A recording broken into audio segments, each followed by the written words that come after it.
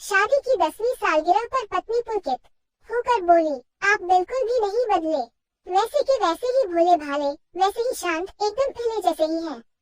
पति भी भावुक होकर बोल उठा, जो रहीम उत्तम प्रकृति का करी सिकत कुसुम, चंदन विष व्याप्त नहीं, लिपटे रहन भुजंग। पत्नी, भावार्थ समझाओ। पति, रहीम जी कहते हैं कि जिस प्रकार सांप के लिपटे रहने से भी चंदन के पेड़ पर विष का असर नहीं होता, ठीक उसी तरह उत्तम प्रकृति के मनुष्य पर कुसंगति का असर नहीं होता।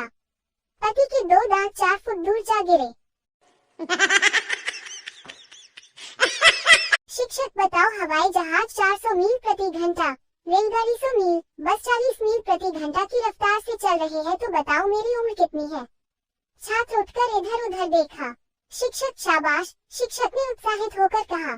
छात्र, श्रीमान आपकी उम्र 42 वर्ष है। शिक्षक, बिल्कुल ठीक, लेकिन तुमने कैसे पता लगाया। छात्र, श्रीमान मेरा भाई 21 वर्ष का है, जिसे सब लोग आधा पागल कहते हैं। श्रीमान मेरे भैया को देखकर लगाया। हवाई जहाज में दुनिया के सभी लोगों को मनचाही दारू दी जाएगी, लेकिन भारतीयों को कभी नहीं। इसका रीजन जानते हो क्यों? हवाई जहाज में 4-5 पेग मारने के बाद अलग अलग देशों के लोगों की प्रतिक्रियाएं। England, I will sleep now.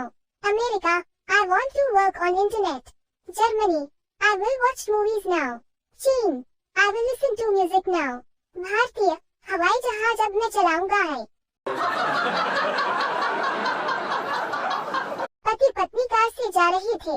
रास्ते में ट्रैफिक पुलिस ने रोका। आप ओवर स्पीडिंग कर रहे थे और सीट बेल्ट भी नहीं लगा रखी है। पति, मैंने सीट बेल्ट तो लगा रखी थी, बस आपने इशारा किया तो कार रोकते रोकते खोला है। ट्रैफिक पुलिस पत्नी से, मैडम आप बताए तो मैं मान लूं कि इन्होंने सीट बेल्ट लगा रखी थी। पत्नी, मैं क्या कहूँ, शादी के तुरंत बाद ही मैंने समझ लिया था कि जब ये नशे में हो तो बहस नहीं करनी चाहिए। पत्नी तो पत्नी है। एक सजी धजी महिला एक डेंटिस्ट की क्लिनिक गई। महिला, एक दांत निकलवाना है, पर सिर्फ 10 मिनट में। कोई एनेस्थीसिया, बेहोशी या पेन किलर की जरूरत नहीं। थोड़ा बहुत दर्द होता है, होने दो, पर जल्दी, मुझे एक किटी पार्टी में जाना है। डॉक्टर, कमाल है, गजब की बहादुर महिला है आप। आइए एग्जामिन चेयर पर लेट जाएं। दिखाई कौन सा दांत है। महिला, अपने पति से, जाओ लेट जाओ और बता दो कौन सा दांत है। एक राजस्थानी बीबी सुबह सुबह झाड़ू लगा रही थी। पति कमरे में बैठा था। बीबी बोली, थोड़ा सरक जाओ।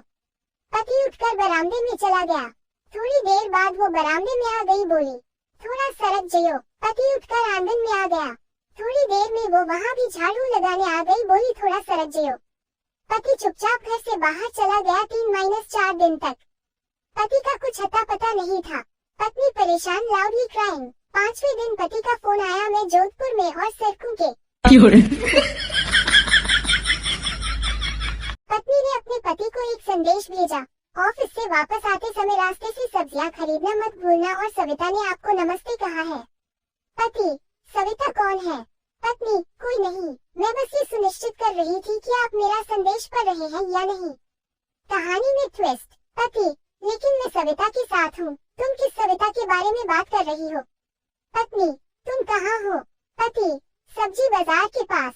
पत्नी, रुको मैं वहाँ आती हूँ। 10 मिनट के बाद वह अपने पति को, तुम कहाँ हो? पति, मैं ऑफिस में हूँ, अब जो भी सब्जियाँ तुमको चाहिए ले लो। एक आदमी एक गाड़ी के एक्सीडेंट का चश्मदीद गवाह था।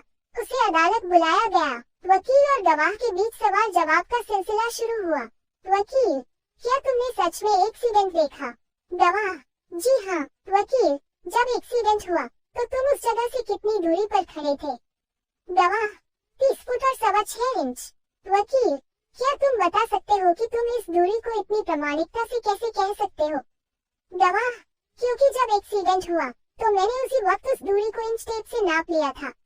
मैं जानता था कि कोर्ट में कोई बेवकूफ वकील इस प्रश्न को जरूर पूछेगा। आधी रात को एक बुजुर्ग दंपत्ति के घर का दरवाजा किसी ने खटखटाया। बुजुर्ग आदमी बिस्तर में निकलकर सीढ़ियों से उतारकर दरवाजे पर पहुंचा और दरवाजा खोला। दरवाजे के उस पार एक और बुजुर्ग आदमी था और उसने कहा कि क्या आप धक्का लगाकर मेरी मदद कर सकते हैं साहब? बुजुर्ग आदमी ने दूसरे आदमी को मना करते हुए दरवाजा बंद करके बेडरूम में लौटा और पत्नी को वाक्य सुनाया। पत्नी बोली, आप उस गरीब आदमी के साथ ऐसा कैसे कर सकते हैं? आपको याद है कि जब हमारी बेटी फंसी थी और इसी तरह से एक अजनबी ने तो आपकी मदद की थी। कुछ सोचकर बुजुर्ग एक बार फिर नीचे गया और दरवाजा खोल और कहा, सर मुझे माफ कीजिएगा, बताइए कहाँ धक्का लगाना है? वहाँ पार्क में, झूले पर।